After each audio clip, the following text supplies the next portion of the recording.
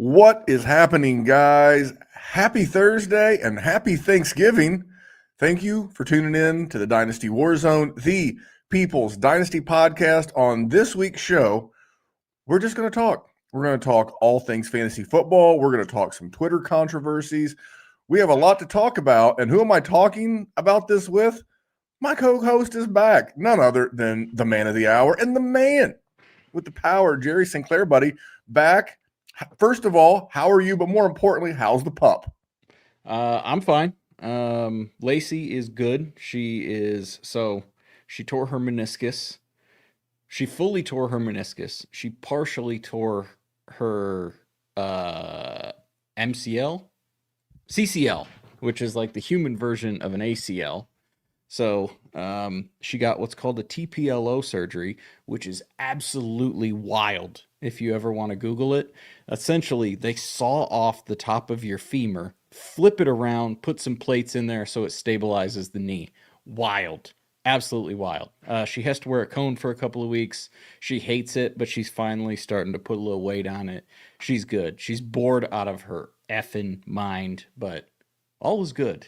I'm hoping, since your wife is a veterinarian practitioner, hopefully you guys got some kind of discount on that, because We got a little bit of a discount, but that, I promise you, my friend, I cannot wait for that money to come to me rather than me paying it out, because let's just say it was a very nice vacation that I had to pay for my dog's kneecap. I mean, first of all, for those of you that are football fans and are here for the hard-cracking dynasty advice, this may not be the episode.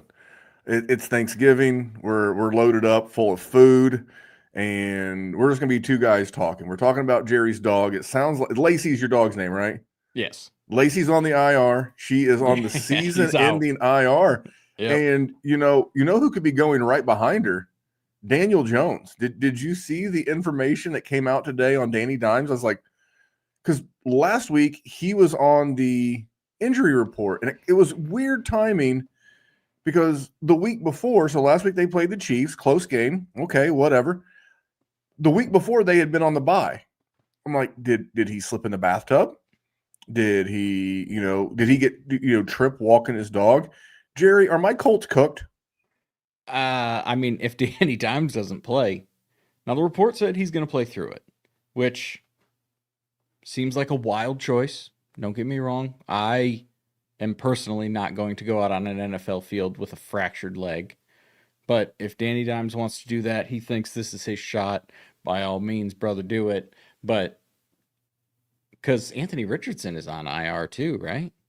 So I don't know. like, Do you know how Anthony Richardson? So I have no idea. It's like you look at some guys. It's like you know how they wound up on the IR. yeah, Tyreek Hill, he blew up his knee. He's on the IR. Seems to make sense. Do you know how Anthony Richardson's on the IR? no idea. All right, for throwing athletes, for athletes that throw, it's a thing. It's not as kooky as it sounds. There is a thing where you use bands. The version that I'm familiar with from baseball is called Jaeger bands, and it's just like it sounds, Jagger, Jaeger bands. We call them J bands for short. And if you ever see a pitcher, especially at the college and high school level, I've never really seen them a bunch at the pro level. It's essentially like two exercise bands that form like a V. You clip the clip into the fence, and then you just work your, I guess, your shoulders, your back of your arms. And one of those snapped on Anthony Richardson, and like you've ever broken like a rubber band or something with elasticity, right? Yep. The end that broke come back and it hit him right square in the eye. I don't mean to laugh, but that's like a America's Funniest Home Videos video just waiting to be done. The Colts have some wild shit. Did you see the footage of Charvarius Ward getting KO'd before the game? The one that put him on IR. It's like, can we control these guys a little bit? Can we put these guys on, just like just a normal warm up? It's like the 49ers. It's like, how does everybody get injured? And before we go any further, I want to give a big shout out to Cameron. Cameron, thank you so much. Huge super chat from Cameron Myers. We got the boys from the Dynasty DGens in the house. And if you're listening, watching, just hop in. We don't have a show sheet. We had a show to do. Jerry and I, we didn't get to hang out last week. And part of this, like the whole Dynasty WarZone, we want to talk fantasy football, but it's also an excuse to hang out with my buddy, to hang out with my boy, the good man, Mr. Jerry Sinclair. So we're kind of doing two things at once. And I see you in the chat. You're talking with Cameron. It's a rivalry weekend. And guys, this show is going to be all over the gosh darn place, but rivalry, easy for me to say, rivalry weekend across the nation. You have, what is it, Alabama, Auburn, IU and Purdue, Florida, and it used to be called the world's largest outdoor cocktail party. Now it's called something else. Because you can't call anything a cocktail party. God forbid someone have a beverage or two in their life. But it's rivalry weekend. And Cameron, one of our patrons at patreon.com/Dynasty WarZone. It's funny that you say that because neither of us are really drinkers, are we? Like, I don't think you drink at all. I'm semi-retired, meaning that, like, if we got together and when we got together last time, we sat around in a B-dubs, but it was like 2:30 in the afternoon, and I was in the middle of coaching baseball.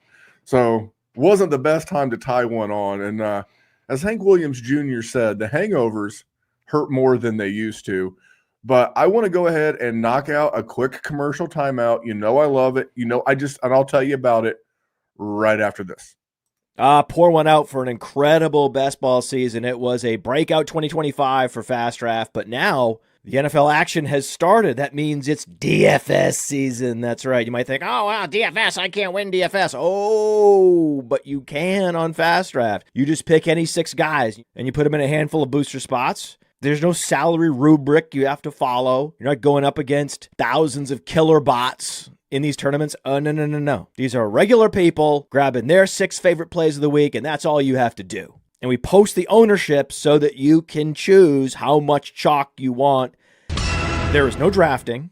It's called the Quick 6 Super Slam. The Quick 6 Super Slam is the signature DFS contest at Fast Draft. It is changing DFS. We are making DFS great again. So go to fastdraft.app and use your host promo code for a $50 deposit match, and let's go start drafting faster.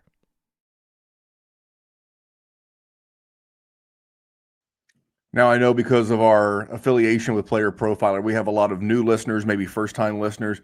But for the loyals, the Camerons of the world, they know that, I mentioned it, I have a son who goes to the University of Cincinnati. I live in the wonderful state of Indiana, except I can't play Fast Draft here. So, Jerry, as Vinny was toting all of his dirty laundry, by the way, how do you have that much dirty laundry? How do you even have that much clothing? But while he was toting all this down, like some good fathers might have actually got out of the truck and went up to the dorm and helped his son lug down all of these, bags and things of dirt. Not this one. I uploaded 12 Quick 6 Fast Draft games. I guess we'll call them games for this coming weekend. I'm a degenerate. And if you want to jump in with me, it is Fast Draft. It's the only, if you're watching on YouTube on Player Profiler Now Plus, it's the only link in the show description. All the other links, if you're listening to the podcast, there's plenty of links. If you're listening on YouTube, there's only one link. Click the link, sign up, use the promo code WarZone. Let's get into some Fast Draft action. WarZone, all caps, all one word. Now, Jerry, we have a lot to discuss. And we have nothing to discuss all at the same time. As much as I got bad news as a Colts fan with Daniel Jones, you are a Lions fan. What is going on with the Lions right now? I'm twice, and I'll be honest. The stereotype, and it's hurtful, but it's fine that white people have Thanksgiving dinner at 2 p.m., which is true. We actually had it at 12:30, but I had a little turkey, little tryptophan. Your boy may have nodded off. But what is up? What is up with Dan Campbell, and what is his affliction to 3 points? Why does he hate 3 points so much?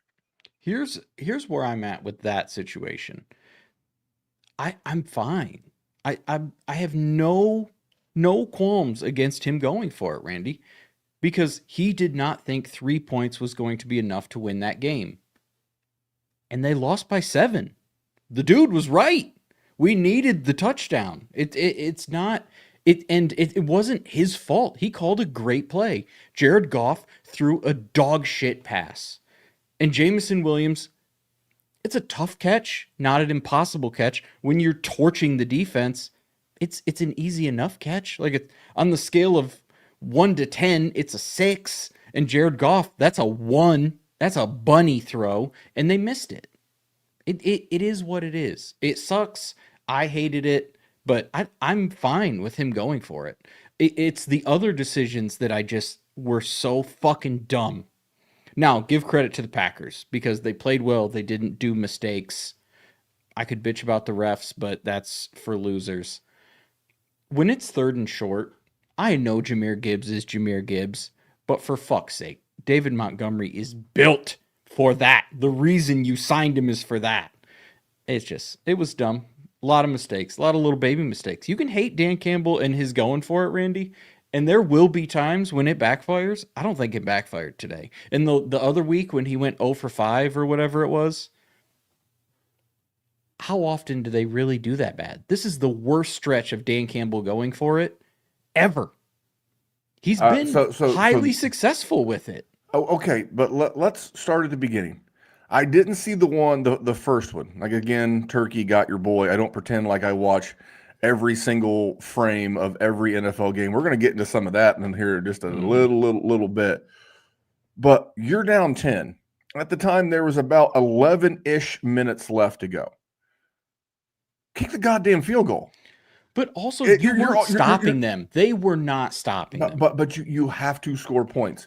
If you cut it by 7, and if they go down and get the field goal back, you can't keep taking points off the board, because then when they did drive down and they decided to kick the field goal. Yes. The play calling on that drive might have been different. I know it's the butterfly effect. You can't I hear what you're saying. You can't go back and you can't reinvent. You can't reinvent the situation now. But there's nothing wrong with 3 points. I mean, Shane Steichen has done that a couple of times this year. I agree. But the issue is he had a play for that situation, and it was perfect. It was absolutely perfect, and they did not execute. That's on them. That's not on him. But when he made that decision, and yes, I agree, it was perfect, is a dropped pass in the range of outcomes? Yes, of course it is. Of course it is. But so is a blocked field goal, so is a missed field goal. Okay, and while I agree with that, you could cut it to a 1-score game. Yes, I get it, but that's not who Dan Campbell is. You're asking him to be somebody with small testicles, and that is just never what he is. Live by the sword, die by the sword, and I'm fine with it. Okay. The problem is the execution, which is why we have been losing games. Drops by Jameson Williams, drops by Amon-Ra St. Brown, Brian Branch getting torched by Dontavian Wicks. What fucking world are we living in? I'm sorry that it's Thanksgiving. We're probably the only show on, and you could be listening with your family, and I've sworn a couple times. But as a Lions fan, it was a frustrating watch, and I apologize. But that is just a testament to what this game does to somebody. Luckily, Michigan State absolutely clobbered North Carolina in basketball, which was fantastic. But to talk about Thanksgiving, Randy, let's circle back, because we got some more topics, but we're going to go off the rails a little bit, and we're going to do the absolute most cliche thing of all time. Favorite Thanksgiving side? Side? It's got to be a side, because let's be honest. Mashed potatoes.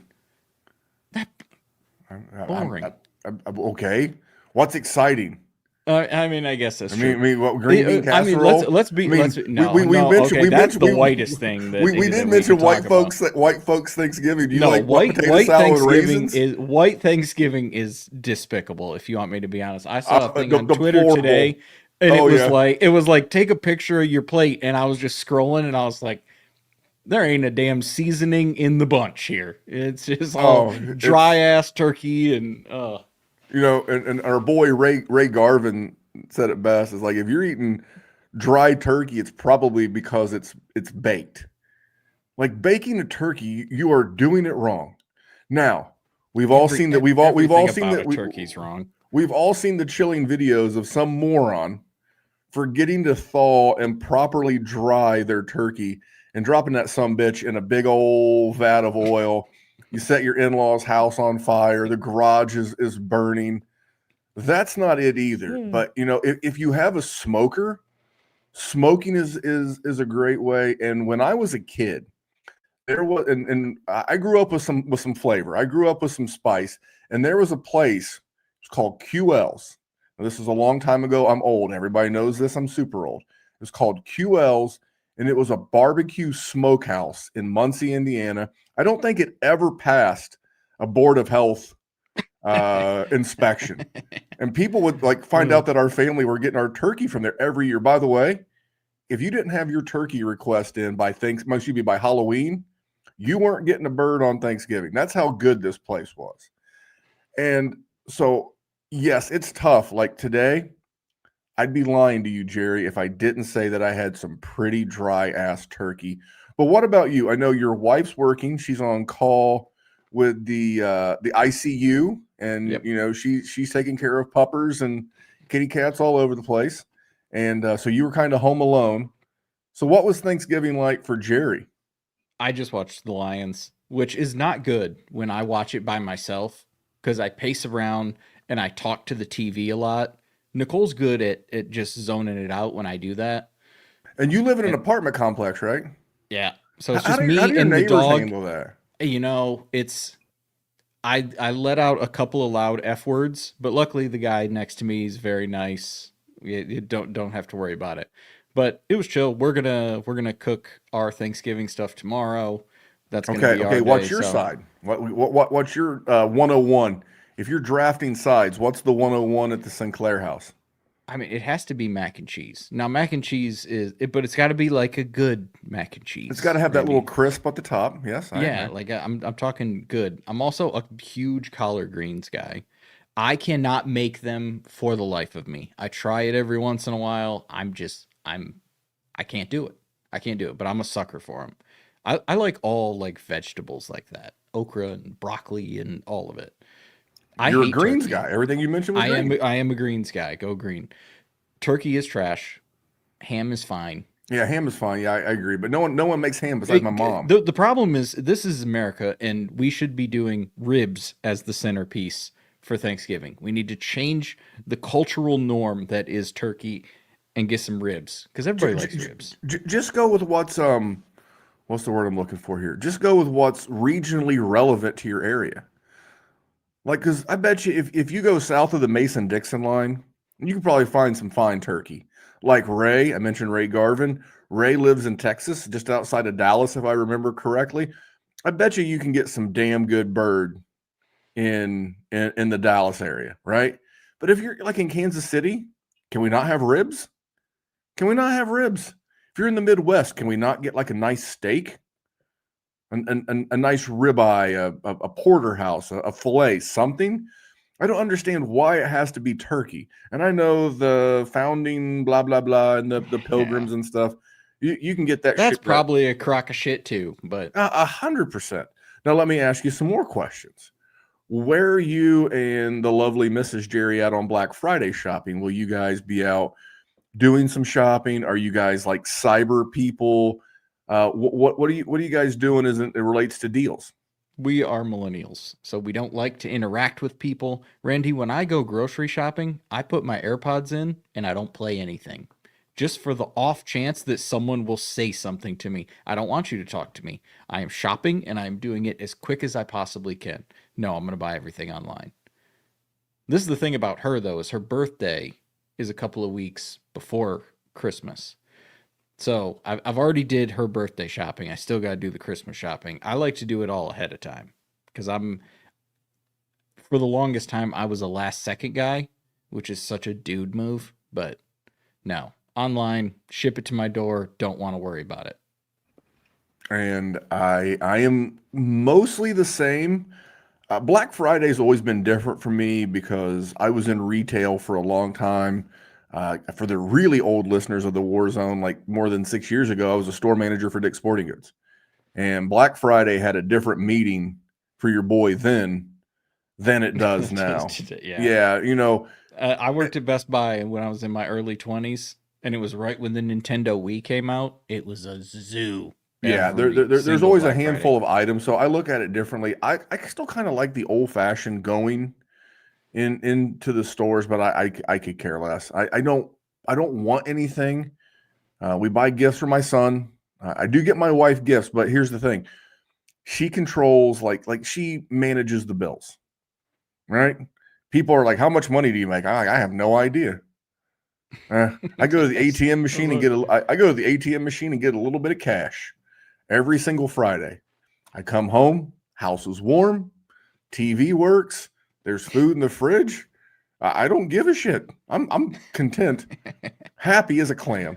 But because of that, if like say I wanted to get her some jewelry, right? Well, guess what pops up on the credit card statement? She gonna see it. Dude, and she combs this thing. Man, it's like the other day, and guys, again, if you're looking for big football talk, you are on the wrong show on the wrong week. We'll get it. It'll Well, get sprinkled in for sure. We have some Shedeur stuff coming, so if you're Yes. watching, please hang around. But it's like at work. So I have like I guess you call it like my personal account that doesn't go to family funds, and she does too. She does side hustles. I do side hustles. It's what it is. And I usually use my debit card from that account to buy like the occasional beverage at work because, of course, everything's cashless now, right? God forbid I give you $3 for a Monster Energy drink. God forbid. So the other day, I inadvertently grabbed our family credit card, and you did a little tap on the machine at work. Boop. I promise you, and I'm not being hyperbolic, I promise you, it wasn't an hour later. What'd you buy for $3.18? I was like, look, it was a mistake. Wrong thing. My bad. It was a mistake. It was my bad. I didn't mean to. But yeah, so my wife makes it very difficult for her to get her a gift without her knowing. And if I'm going to do gifts, like I'm not a big gift guy, I get super awkward when people give me gifts because I just my nature. But if I'm going to give a gift, if I'm going to make the effort, I do not want you to know what it is. I actually want it to have an air of surprise. Is that reasonable? That's fair. Totally fair. Well, all right. Well, listen, I'm actually surprised we've made it 22 minutes in, but I want to hear about your guys' gifting strategy in the Sinclair house, and then we might want to talk about some football. I mean, we're lazy. Usually, whenever it comes in, we just give it to each other early. Like it's different because I already did her birthday shopping, and it's a couple weeks from now, so I can't do that. But normally, oh yeah, if it's like, since we're going back to Michigan for Christmas, we're definitely going to just do gifts here early, and then just be boring because that's what we do. Because we also live in an apartment. Like, where am I going to keep it? You know what I mean? Like, we haven't put the tree up yet because we're not demons. Like, that's good. Yeah, People that do it before Thanksgiving, that's just wild. I can't do that. Did you ever see the video of Marshawn Lynch talking to Richard Seymour, and Richard Seymour asked him something about Christmas, and Marshawn Lynch was like, "We ain't even had Thanksgiving yet." He's like, "We got to give thanks before we give the gifts." And I was like, I've never been more pro Marshawn Lynch in my entire life. True. Tell him beast mode. Tell him about the being thankful. But you guys are thankful. We're thankful for you guys. You guys tune in for football. So before we get into these tweets, because normally there's an order, and we have some good tweets, and it's not really what you think, but it's for a discussion standpoint. Jerry, I do got to say it. Do you know who is the first Cleveland Browns rookie quarterback to win their season debut? Shedeur Sanders. Yeah. Mm-hmm. Shedeur Sanders. That's right.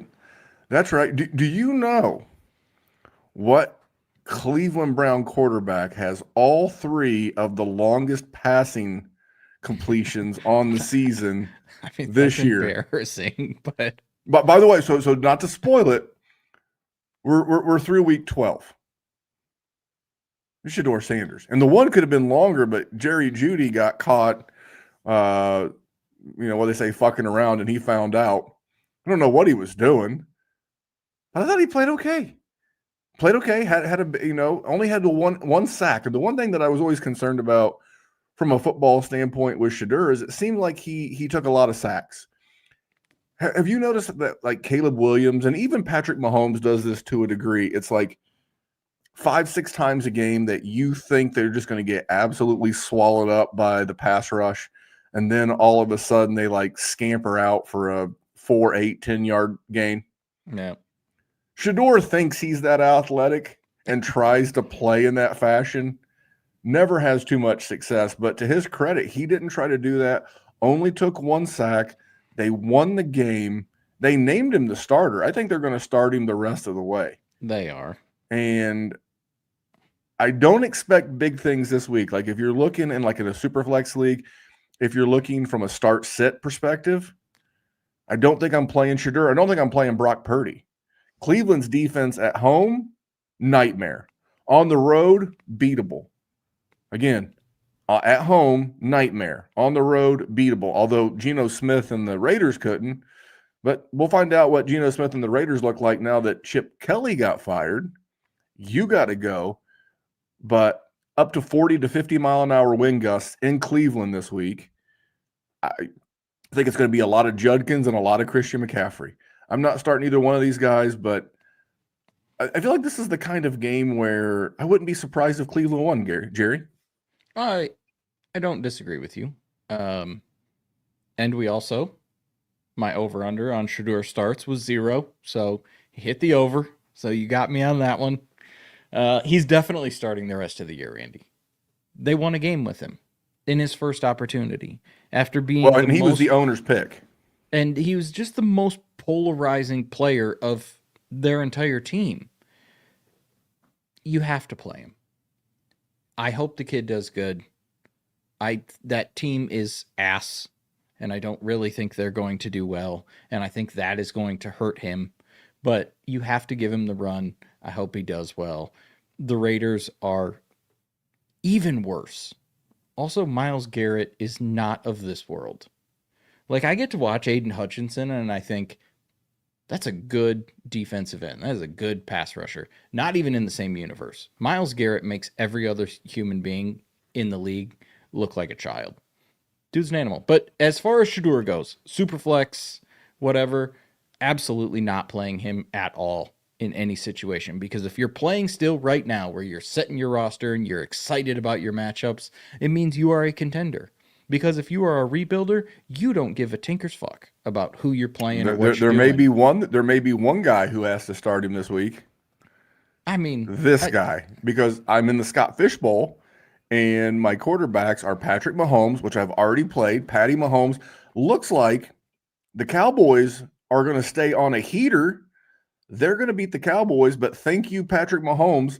261 passing yards, 4 touchdowns, chipped in with 30 rush yards, which is great because my boy, Mr. Jahmyr Gibbs, carried me last week in the Scott Fish Bowl. It looks like if I can score about 200 points, which if you know the scoring format's good, I can make the third round. Like I don't like have illusions of like dominating the Scott Fish Bowl because you gotta get lucky. Well, I've lost Drake London. I don't know if he's going to play this week. I've lost Garrett Wilson. I've lost O'Marion Hampton, although I could be getting him back. It's just been my team's been dominated. I think I finished like it was like 20-4 or something. I had 4 losses, so whatever that was. So I've done well. And Jahmyr Gibbs, because Jerry, and I was ahead of you. You're the Lions fan. I was ahead of you. Who have I had as my dynasty RB1 for the last 2 years? Jahmyr Gibbs. Dude, the guy's amazing. I know he didn't have a great game today, but dude, Jahmyr Gibbs, it was our boy Theo. Theo Grimminger tweeted this out earlier in the week. His game last week, I believe if I remember correctly, it was 55.6 PPR points. It was the most PPR points for a running back since Alvin Kamara had 55.2 in that Christmas 6 touchdown. 5 touchdowns. Yeah, I thought it was touchdowns. 6 masterpiece. So, dude, Jahmyr Gibbs is just on another level. Couple other things. I mentioned O'Marion Hampton.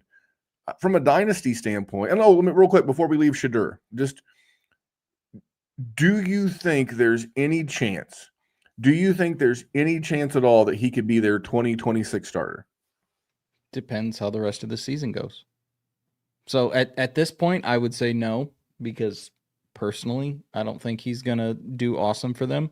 But also, if he does, even if he's capable, the fan base is going to want to hold on to him for another year, give it to him from the go. Absolutely, there's a shot. I don't have a problem with it. I don't have a problem with it. So the website that I use is Tankathon. Okay, I use a website called Tankathon. It's got more where does it have pop-ups him than right now? Currently on the on the draft order, they're drafting a 6. They're drafting 6th overall at 3 and 8. They're bunched up with the Commandos, the Bengals, and the Cardinals. What's scary is the LA Rams currently have the 11th overall pick from the Atlanta Falcons. And I was listening to the Mel Kiper Jr. Field Yates podcast the other day. They don't think Jeremiah Love will go in the top 6 like Ashton Genty, but they were like, wouldn't he be a wonderful fit with LA Rams? I'm like, this is why you can't give good teams good picks.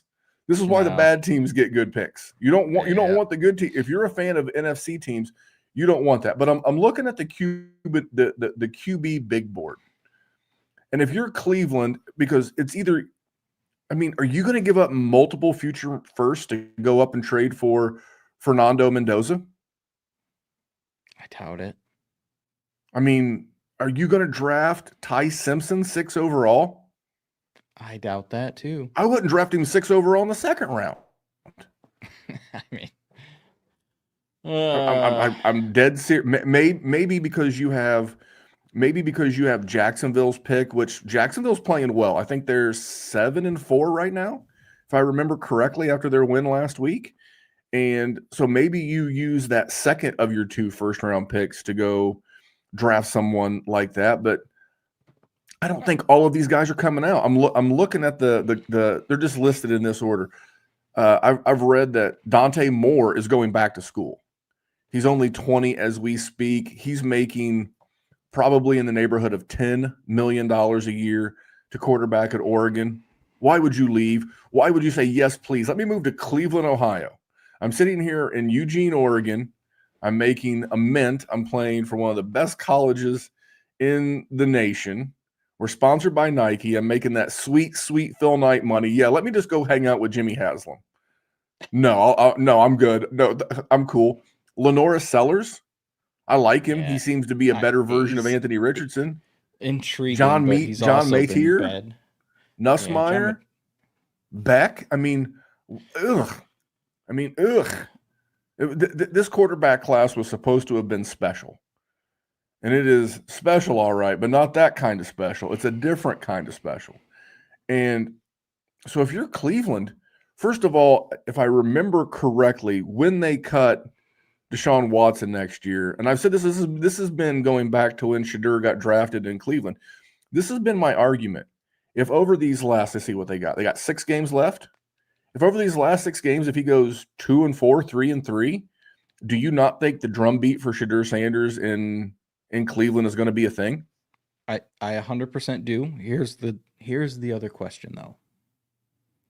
Because Deshaun Watson is under contract next year, is he not?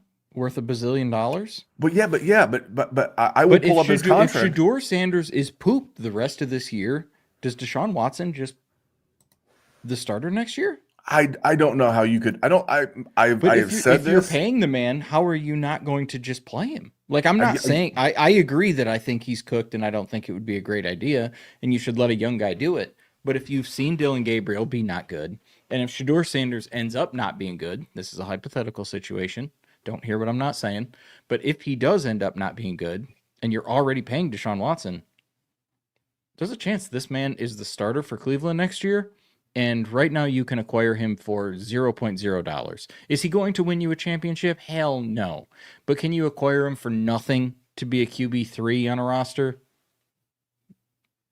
Yeah. I think with adding some talent, I think Cleveland could be decent. I mean, you're not going to set the world on fire, but in the superflex world where we live, quarterbacks are currency. Quarterbacks are currency in the superflex, and I'm looking at it right now.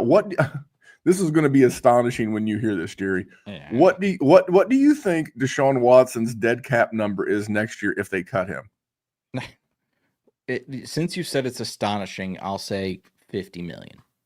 Try $131 million. How much is longer his is he under debt. contract for? Well, 2027 is the true out. So his cap hit next year.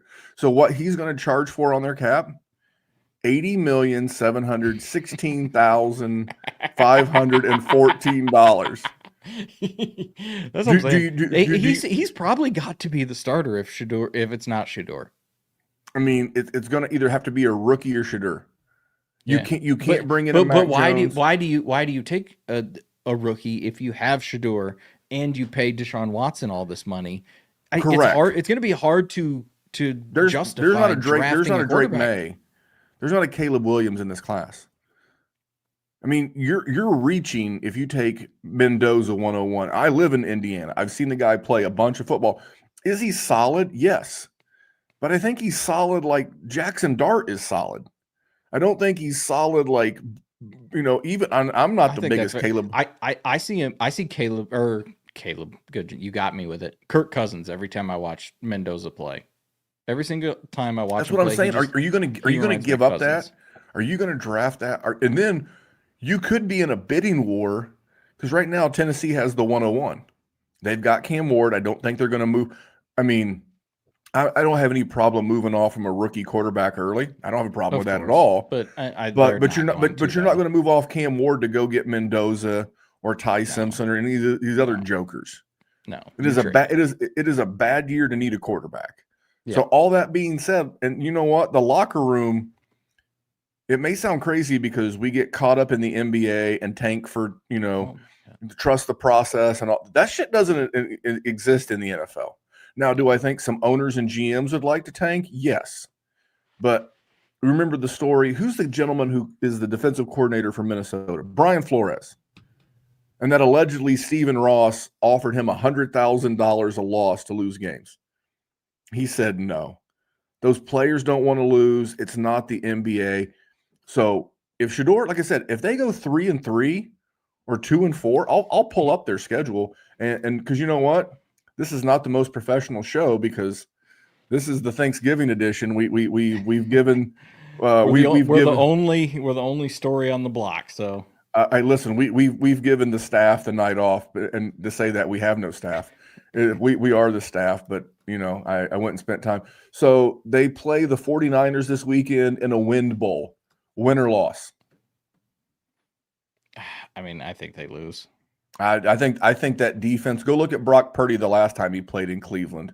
I mean, no bueno, and that defense is very banged up. McCaffrey's just good. Yep. So on December 7th, they play the Titans. That's the Browns. Okay. On December 14th, they play the Bears. Bears have been good. I got to still go Bears. But would you say that's a game that they have a chance to win? Yes, for sure. All right. Bills. I don't think they're going to beat the Bills. No. Because the Bills will be fighting for their playoff life. What about the Steelers? December 28th. Division teams, they know each other well. They play each other. You just saw how they played Baltimore 2 weeks ago. Yeah. They got a shot. Bengals. Got a shot. Joe Burrow's back. We'll see if he actually stays back. So we say that we'll just give a percentage. I think there's a 25% chance they could beat the 49ers. I think there's a 90% chance they can beat the Titans, especially at home. I would also say a 25% chance of beating the Bears. I think that pass rush could really give Caleb fits. I think there's about a 10% chance they could beat Buffalo just because they're at home. Yeah. And I've repeated ad nauseum how good that defense plays at home. Steelers at home. That's coin flip. That is an absolute coin flip. And then at the Bengals. Doesn't matter. Division game. I'd say that's a coin flip. So, like I said, if he starts 7 games and goes 3-4 or 4-3, Jerry, you know what the fan base is going to want. You know what his teammates are going to want. You know what you have on the books with Shedeur Sanders. With Deshaun Watson. Yep. You need this guy you need this. You need him because then he carries you for the 26th season. And if he's bad, great. Because in 26, maybe Dante Moore does go back to school and he comes out with another year of seasoning. Archie Manning has looked decent over the last month. Maybe Yep, he can he's build on grown. that with another year, and maybe that quarterback class of 27 is a little bit better. So that would be the silver lining. I don't know. A lot of showtime devoted to Shedeur Sanders, but It sort of had to be. it's Us the and news. everybody else on the planet right now. It's the news of the day, and then you have the news that Omarion Hampton could be coming back. Now, he went on what we call the short-term IR, right, where they have to be out a minimum of 4 weeks. He's been out like 2 months. Came out that he had a fracture in his leg. I feel like today, coming off the bye, is as low as you're still going to pay. You're not getting any Black Friday deals on the Chargers. No. But I think now is as cheap of a time as you're going to be able to get Omarion Hampton. I agree. 100%. And I would absolutely do it if I could do it. Because I think that dude in a Jim Harbaugh offense is going to be awesome. And you're going to want to get some pressure off of Justin Herbert with all of the injuries that the Chargers have had. Running the ball is a good way to keep the defense honest. And I think Jim Harbaugh has shown that that's what he loves to do. Like it's the most addicting drug that he has ever had. That and being weird. Omarion Hampton is the pinnacle of that. All right, I can get behind that. I'm buying. We saw what he was doing, and again, when you don't have a show sheet, you don't know what you're going to talk about. So, I want to see what he was doing before he went out with the injury because he was just starting, looking good. But also, we've seen Kamani Vidal look really good and get a huge workload. I think part of it's this offense, and I'm working. I got you right here because I just traded for him. Okay. He had the last 3 games he played. He had 6 receptions, 5 receptions, 6 receptions, 12 carries, 19 carries. So 70 yards, 128, 44. Had right around average 45 yards receiving in every game. And exactly what you want. If he plays this week, I'm kind of buying, like if you needed like a veteran, like wide receiver, like I don't hate Keenan Allen as I'll give you a 3rd round pick for Keenan Allen. I'm now looking at their schedule. It's pretty favorable. They're coming off the bye after getting their butts whooped by Jacksonville. 2 straight home games against the Raiders and the Eagles. Then they're at the Chiefs, at the Cowboys, home to the Texans. So 4 of those 5 games are indoors on turf. I love that. So big opportunity. I think the offensive line, although you're not getting Joe Alt back, it's not Darrisaw. They have the other guy. The guy who blew out his patella tendon in camp. Anyway, it doesn't matter. You don't have him on your fantasy roster, but I think this will be the best the offensive line's looked in a while. Get ahead of it. And then a couple other guys that I'm trying to get, and I'm glad he didn't play today, is Jaden Reed. I think Jaden Reed's going to come back, and I mentioned this last week, and we got an early gift under your Christmas tree. Him not playing today, if your league doesn't have a trade deadline, I'm going to get him. Maybe it was the Lions secondary, Jerry, but I'm still getting Jalen. Is it Jalen or Jaden Reed? Jaden Reed. Jaden. Jordan Love looked great today, and if he could play like that every single time, he would be unbelievable, and it wouldn't matter who the pass catchers were because Christian Watson looked like he was a difference maker today. Dontavian Wicks had 2 touchdowns, I think. We've seen Romeo Dubes have multiple touchdown games. I think Jaden Reed is better than every single one of those guys. And if he is the guy that is the benefactor of Jordan Love playing well, hell yes. And he has been out of sight and out of mind for a long time, on top of the fact that he's been like a back-end wide receiver too, which doesn't make anybody that excited about. Absolutely a person you should acquire, especially for the final run, the home stretch here. All right. Well, we have a couple of tweets that I want to go over. We have a couple of tweets. These are not good people, bad tweets, but these are Discussion topics. They are things to talk about the last 15-ish minutes of this podcast. So we'll start with the one that I DM'd you. And this person is a friend of the show. He's been on the show. I think he's been on the show. I know his tag team partner, Shane Manella, has been on the show many times. It's been a while since Shane's been here. He's the host of, I think it's Dynasty and Chill. Essentially, Shane and Scott Connor are to Ray Garvin's network. I believe it's Destination Devi, as to what Jerry and I are with Player Profiler.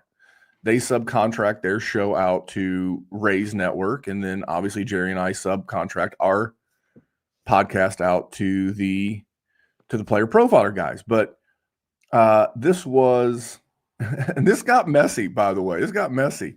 So Scott Connor tweeted on last Sunday, people criticize Shedeur Sanders after one quarter, yet J.J. McCarthy and Cam Ward continually suck every single week. And then another person, Jacoby Gillespie burner account, said someone isn't watching the Titans today, LOL. And this was, and his initial tweet did not garner much discourse.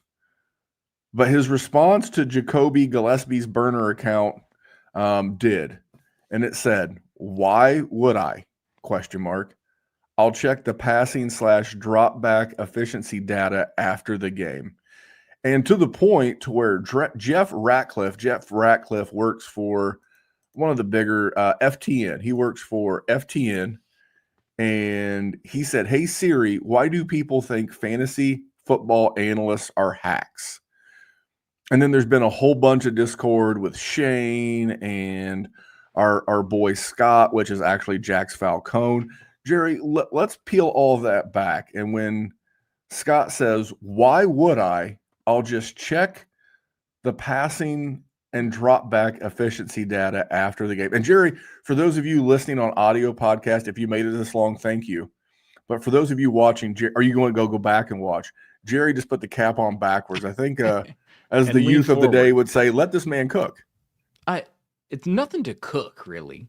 It's just, he just said it in a very nerdy way, which makes it easy to make fun of. Because let's be honest, Randy, if someone said that to me, if I was tweeting about Cam Ward and someone said, apparently someone's not been watching the Titans today, and the answer was, why would I? It wouldn't have been an issue. Because you know how much Tennessee Titans football I have watched this year, Randy? I am almost certain it's 0 seconds. And I know that we talk about fantasy football, and maybe that makes me a hack because I haven't talked about it, but why in the fuck would I waste my time?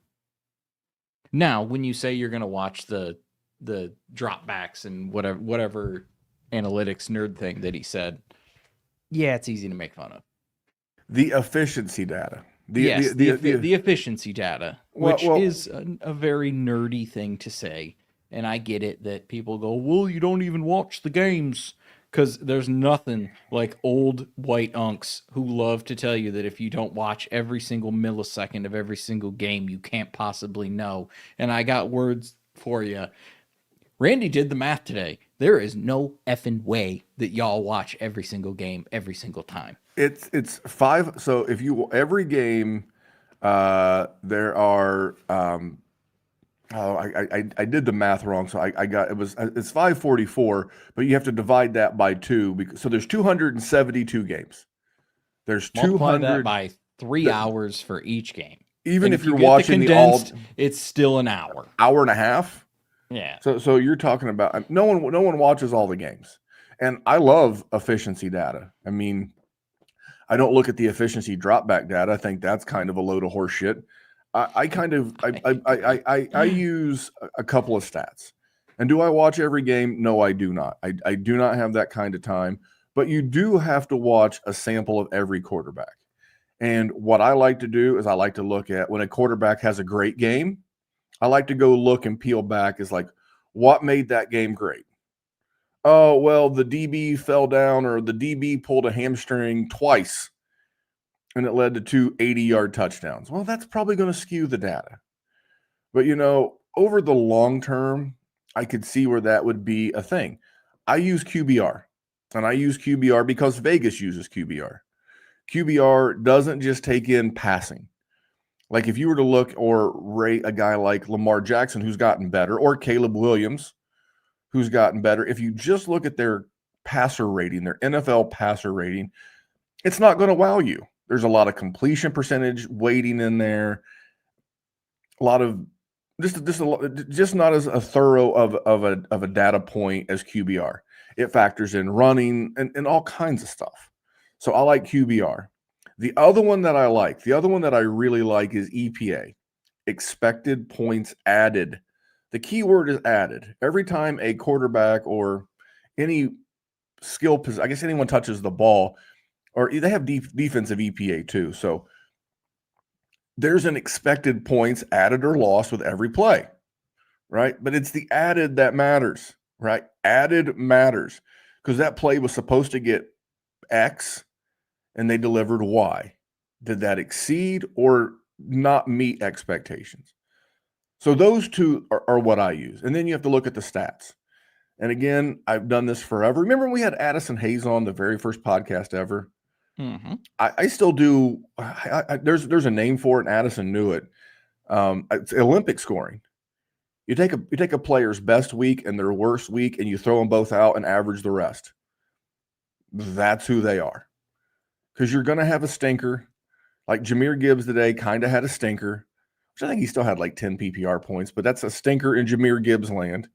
But you've also got to throw out the 55.6 he had last week and average the rest. And that will tell you who it is. So there is some data that you have to use. I don't know. I thought it was a big deal. Analyst on analyst crime. Shane said he wanted to throw hands. Well, he's from Philly, so I'm not surprised. Yeah, he wanted to throw hands, cheesesteak in each. But I don't think it's that big of a deal. I don't either. Like I listen, I get that it's low-hanging fruit. That's easy to pick on and easy to make fun of. But also it doesn't. Like I saw it and I saw it get retweeted by Ratcliffe and I just kept scrolling because I didn't care. Because you really shouldn't either. And I'm not just trying to defend a fellow analyst. Analyst, because I don't think I'm an analyst by any means. I just think I have experience with this game, and I tell you every single thing I fucked up so that you don't. Let me tell you about an analyst. It's pretty simple. If you've listened to Scott continuously as long as he's been doing content, I will tell you that's a plus EV. That is a plus expected value move. See, now that's a nerd comment. I got to back up a nerd comment with a nerd comment. Fair. If his process over the last 1, 2, 3, 5, he's been in the game for a long time. If his process over that time has helped you be a better Dynasty gamer, has made you money, shut the fuck up about the comment because it really don't matter. You know what? Listen, sorry, Randy, to interrupt, but we talked about Shedeur Sanders for a giant chunk of this podcast. If you think for 1 second that I watched the Cleveland Browns and the Las Vegas Raiders game live, you are out of your mind. Yes, I went back and I watched it because I knew we were going to talk about Shedeur Sanders, but you couldn't have paid me to watch that game. So I get where here I kind of look at it this way. Like, again, I'll go back to my previous take. If Scott has made you money and helped you be a better Dynasty gamer, I don't go into the restaurant at St. Elmo's here in Indianapolis. It's a very famous steakhouse. It's the one that all the NFL executives and bigwigs go to when Indianapolis hosts a combine. Even though I consider myself a pretty good grill man, I don't go in the kitchen and say, "Hey, you dumb sumbitch, I want you to cook my steak like this." I don't, because I know what he or she is going to deliver when it comes to my plate. And that's kind of how I feel about Scott. You know, from listening to him for any length of time, you know what's going to come on your plate.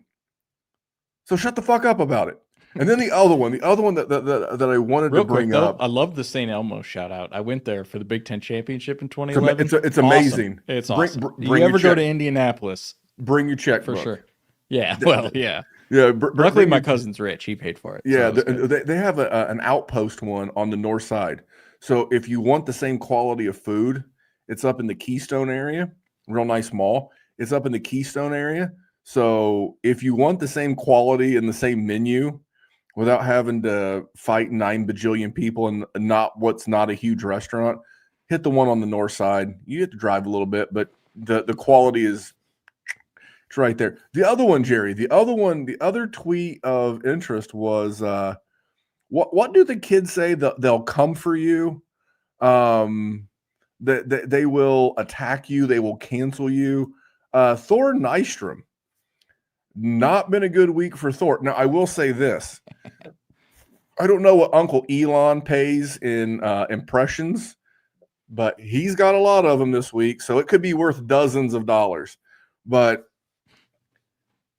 if you go back to his analysis in the spring, there was and this is pre-Vikings drafting that. I'll get to that in a second. There was no bigger fan of J.J. McCarthy than Thor Nystrom. And then what I think caused him to double down was that he went to his favorite team. So you have a prospect that you really like, and they go to your favorite team. I think it's a recipe for if that player does great, as a Colts fan, again, we'll harken back to when the Colts drafted Michael Pittman. I was big on Michael Pittman in the pre-draft process.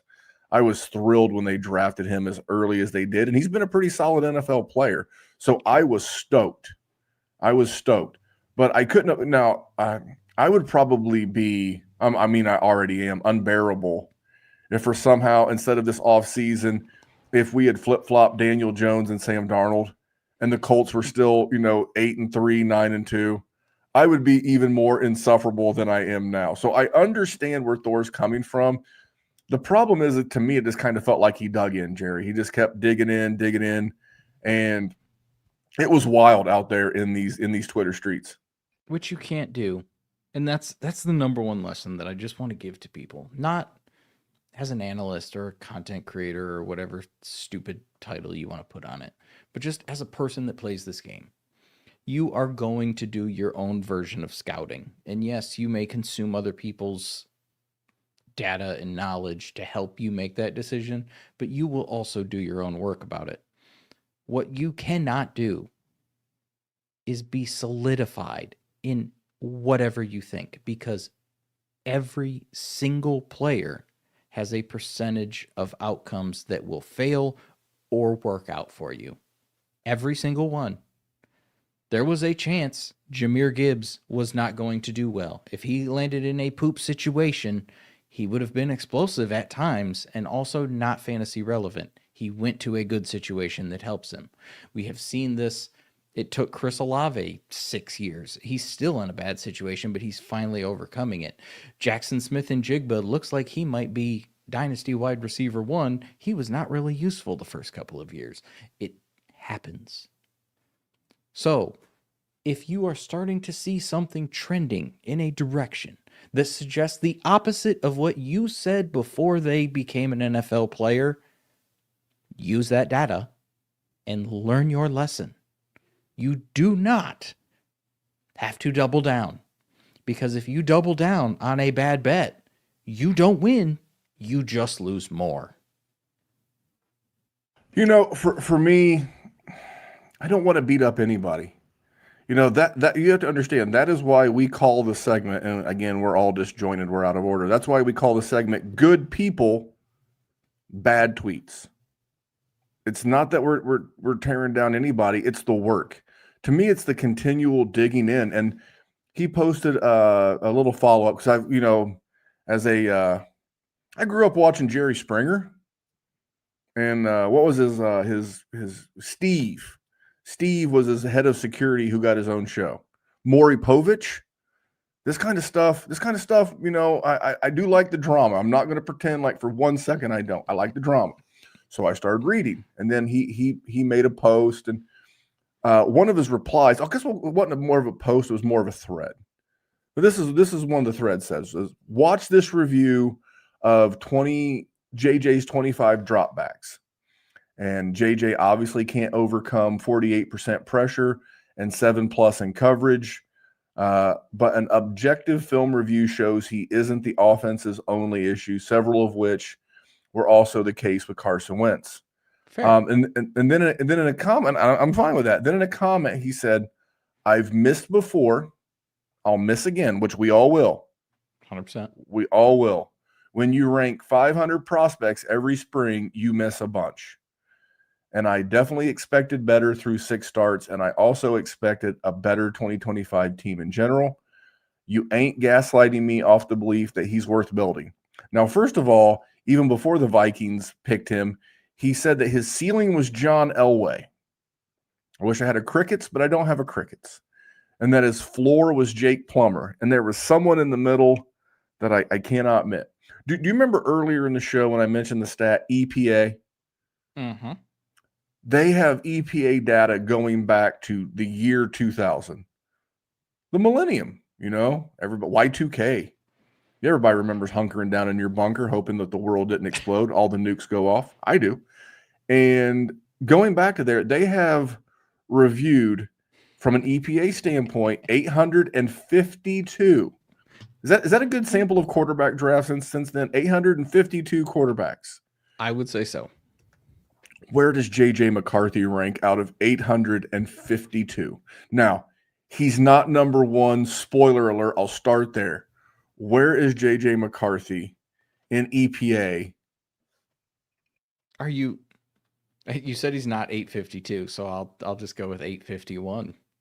He is, in fact, 851. The only quarterback from an expected points added perspective. Hold on.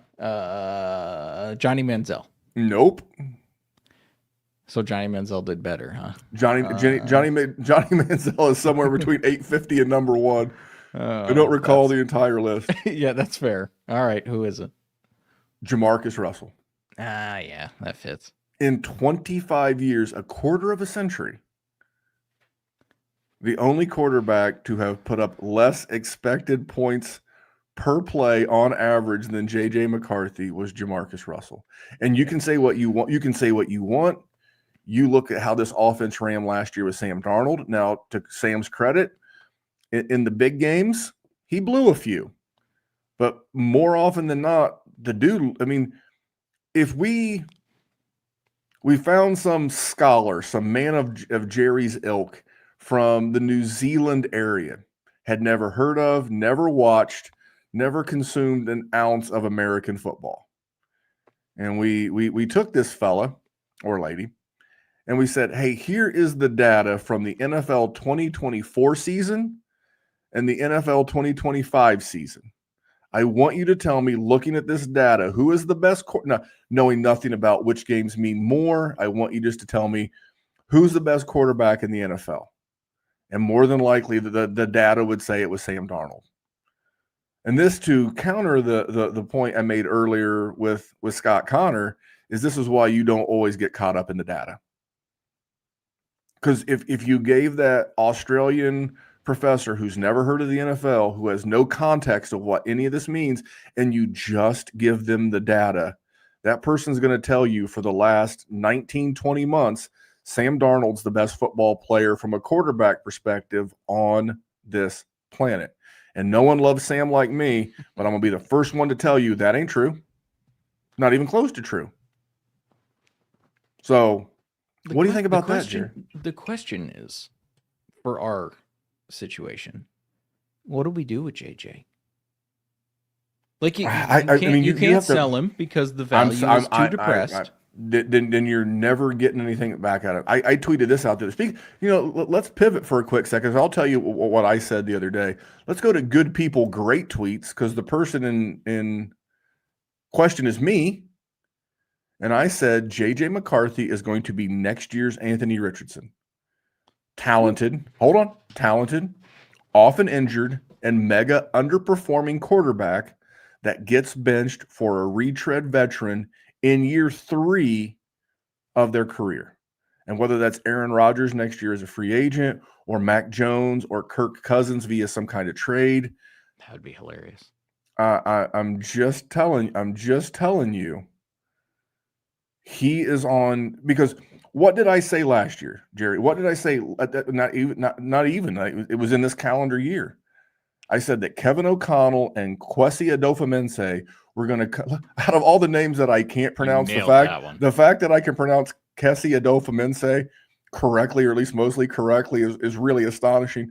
But I said they would come under heat. And they're coming under heat, brother. There are tactical nukes on those guys.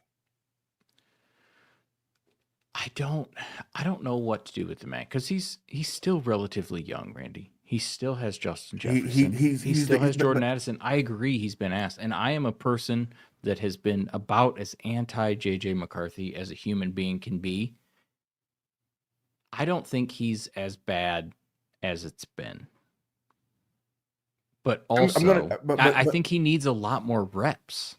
I understand that everybody said about Anthony Richardson. Yeah, but Anthony Richardson was a flash in the pan in college and used that athleticism. Fair, but JJ McCarthy was the trust fund rich kid who rode the back of a really good offensive line, a Jim Harbaugh staple, elite offensive line, a good defense, a Jim Harbaugh staple, and a really good running game. I'm looking at you, Blake Karam. So again, it was the same thing that I said about Trey Lance when he came out, and the same thing I said about Anthony Richardson. They did not have a lot of snaps. The problem is that Kwesi and Kevin O'Connell do not have time. And I'm gonna say the same thing that I said about Anthony Richardson. I'm a Colts fan.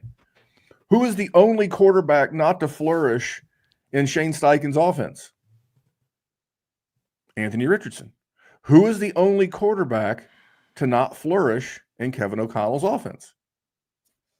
And if this Max Browser, when I typed it in on Twitter the other day, my phone, I think maybe the iPhone's a fan of Donkey Kong, but when I said Max Browsman, it corrected it to Max Bowser. Max Brosmer. Yep. Brosmer. Brosmer. Where are you from? I know he went to New Hampshire. He played college at Minnesota. So so he's a hometown guy. So if he can win some games, I'm telling you, I said it before. Kevin O'Connell is looking for a reason not to play JJ McCarthy because he knows. It's like, Jerry, if you were a shitty husband and your wife was looking to move on from you, I would take her word at it. Not that she's had a lot of husbands, but she knows you better than anyone. Fair. If Kevin O'Connell, who knows quarterbacks, he was a quarterback, and he's gotten the most out of everybody, and he's looking for any excuse under the sun to play anyone but you. He had the longest. They were trying to bring Aaron Rodgers. That's what I'm saying. That's sort of making sense. They wanted to sign Sam Darnold, but they couldn't commit to him both the money and that he would be the starter because of JJ McCarthy. So they're in a quagmire. Not the character from Family Guy, but they're in a quagmire. They are in a spot. I'm telling you, they're going to move on from him because if they lose next year with him, I feel like there will be a new head coach and a new GM in Minnesota going into the 2027 NFL draft. Now, maybe Kevin O'Connell fades it, but I think he's not under contract yet. I think he's due a coaching extension. And I'll tell you right now, if we did an NFL coaches draft, where do you think Kevin O'Connell goes? So we get all the NFL teams have to give back their head coach. We're all going to be drafting head coaches the way that we draft players. Where does Kevin O'Connell go? I mean, I think he would go 6, pretty early. 8? Yeah. I mean, obviously Andy Reid, Sean Payton, some of those, those legends of the game are going to go first. Mike Vrabel will be up there.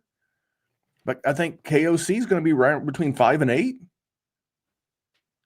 Yeah, I don't think he's the issue at all. And I want to give a shout out to everybody in the chat. We've not had a lot. Thank you guys. This is JP Tay, and JP is a great supporter of all of the Player Profiler podcast shows. JP has informed us that the Vikings have signed Desmond Ridder, which I didn't see. I do 4 hours of driving on Thanksgiving. I go from my normal job to long haul trucker by way of Jeep. And they signed Desmond Ridder to the practice squad. Again, what was he out? 5 weeks with a high ankle sprain? Yeah, and already out again. and he was allegedly practicing, and they ran Carson Wentz out there with a broken shoulder, not turf toe, not a strained hammy, a broken shoulder. That tells me all I need to know. And if this Brosmer, you said Brosmer? Brosmer. Okay, so like the okay, got it. Brosmer. If he comes out and plays well, I'm telling you, dude, it's going to look so bad for JJ. If he 100%. looks, if he comes in there and he just looks like he can do the basics of the offense, It's going to be bad. it's going to be bad. If he's not airmailing, and how much time did he get? JJ had the entire offseason program because Darnold was gone. Yeah. He had all of minicamp. He had all of the first team reps. If this Brosmer comes in there and looks like a solid NFL quarterback, even in a small sample, it is going to look horrible for JJ McCarthy. Trey Lance-esque. I'm telling yes, Trey. So here's the thing. Could JJ McCarthy bounce back from this? Sure. Who was the cat who got drafted in the Baker Mayfield, Josh Allen class? Rosen, Josh Rosen. How fast did the Cardinals move on from Josh Rosen? 1 year. In the blink of an eye. How fast have the Colts moved on from Anthony Richardson? The Niners from Trey Lance. This shit happens all the time. So to end this where you began this with a question of what if I'm doing with JJ McCarthy, if I can find someone who will give me a second for him, even a contender second, maybe they're a Vikings fan, maybe they've always believed, I'll do it. And I'm going to end the show with a hot take. So, but Jerry, anything to add on my take on JJ McCarthy? No, I am fine with that. I have hated that. All right, I'm going to make so can I make a bold prediction? Okay. And it's tied to free agency, and you can go get this player right now for absolute free. Are you ready? Because I think because remember earlier in the show I talked about how bad this quarterback class was, right? Mm-hmm. I think Zach Wilson's going to get a shot with a team. I saw you say this last week too. I'm telling you, dude, he is free 99. He is 26 years old. He is 26 years old. And everybody, I think because they look like they were hatched from the same egg. I think, and again, Jay, the guy who gave us that little nugget about Desmond Ridder, said he's Zach Wilson 2.0. I don't think that's fair. I don't think that's fair to Zach Wilson. Zach Wilson didn't have Kevin O'Connell. He didn't have Jettis. He didn't have Jordan Addison. He didn't have TJ Hawkinson. He had the New York fucking Jets. So Without I'm just Garrett like Wilson. Without Garrett. So don't be shocked. Don't be shocked if a Kevin O'Connell brings in a guy like Zach Wilson, because if you're San Francisco, you may trade Mac Jones, but you may not trade him in conference. Atlanta may need Kirk Cousins next year, depending on how bad the ACL is with Michael Penix Jr. Or just how bad he is in general. And I don't know that they want to, trade for Kyler Murray. So it could be a Jacoby Brissett, but do not be surprised if when Zach Wilson's out there on the market, if a offensive, I could also see Zach Wilson go to, how I called the 49ers the rehab school for quarterbacks. That's where Sam Darnold went before Minnesota. That's where Mac Jones is at now. That Kyle Shanahan offense is rehab for quarterbacks. Mm-hmm. What if Zach Wilson signs as the backup in LA with the Rams and becomes the heir apparent to Matt Stafford in maybe a year in a Sean McVay offense? Intriguing, but the way Matthew Stafford's been playing, I don't know if it's going to be a year or two. Well, he's 38. I know he's my age. Again, it's not. It's short term, but there are opportunities out there where he could be the starter next year. And I'm telling you, Kellen Moore, I like what Kellen Moore, if they don't stick with Shuck, because the quarterback's buns. I'm just talking merely from the game we play. It could be a goddamned NFL disaster on the actual field. But for what we do, Zach Wilson delivering the ball to those guys, and he goes and he learns to be a professional quarterback. I'm going to end this because I've already said it once during the show, Jerry, and we're way long, but that's okay because no one else is coming on behind us. True. But if Zach Wilson winds up in Kevin O'Connell's offense as a competition to go against J.J. McCarthy, you know it's going to be Daniel Jones 2.0. Because if you're Zach Wilson and you can go anywhere you want because you're a free agent, right? You can go anywhere you want. Are you going to go somewhere where you think you can play? Or somewhere where you're just taking the money to hold the clipboard? Yeah. These are things. So I'm telling you right now, especially when you get into the off season, I will give a late third. I'll give you anything from the 307. I'll give you the 307 for Zach Wilson and a fourth, because the 307 is no more of a dart throw than the 407. But I'm going to try to. I'm going out right now and getting cheap. You know what? All of our patrons in our Patreon leagues at patreon.com/Dynasty WarZone, they're all liquored up. They've been in Papaw's cough medicine. All. Yeah. So I'm going to go out and start spamming Zach Wilson trades, because if it turns into nothing, I didn't give a whole lot. Nope. But if for some reason, Jerry, no one loves a rehab quarterback more than me. That's true. You know that show that show with Chip and Joanne? Chip and Joanne? No. You know, we're like they're addicted to rehabbing houses and flipping houses. Not my wheelhouse. I am. Oh, I go to Target. My wife is. She is into that shit. I'm addicted to trying to flip quarterbacks. And Jimmy Garoppolo, because I see it in the chat with you and Jay. Jimmy Garoppolo, a free agent next year. So I'm just saying. All right, we've said enough. This show went way fucking longer than I thought. Happy Thanksgiving. If you're going out today and you're listening to this on Friday via podcast, be nice to the retail workers. True. Be nice to those. Yeah, you know what? If they ran out of Tickle Me Elmos, I don't even know if that's a thing anymore. But if they're out of Tickle Me Elmos or Game Boys or whatever the fuck is the hot thing, yo-yos or hula hoops, anything you kids want. Yeah. You know, they're out of gumdrops and all the other things that go back into Christmas songs. Red Ryder BB guns. It's not their fault. Don't ask them if shit's in the back. That's insulting. It's not. It's not. It's 100%. I got news for you. If they walk back there, they are going to get on their cell phone for 3 minutes. Yep. And then they're going to walk back out there and go. They're going to look at they're going to look at bad. They're going to look at bad football tweets, and they're going to go back out there and say, "Nah," because it's insulting. Because you're saying, "Hey, dummy, I know you're keeping the best-selling merchandise in the back where no one can buy it. I know you're just looking for a Hail Mary. I know you're a parent or a husband or a wife, and you're just trying to get the right gift under the tree. It's not Skip's fault. It's not Skippy's fault. Be nice to him." Jay, you know what? I did watch a little Ricky Lake back in the day. You were, dude, I watched all that trash TV back in the day, but hopefully you like this trash ass podcast. We gave you the best we had for a good long while. I think this was a fun one. I thought it was going to go 38 minutes, quite honestly, not 100 or 1 hour and 18 minutes, but here we are. I'm going to go watch Joe Burr. Joe Burr. I could use some Jamar Chase points, so here's T. Higgins ain't going to provide them, but guys, I'm literally looking at hundreds of people who have stopped by and watched this stream. We thank you so much.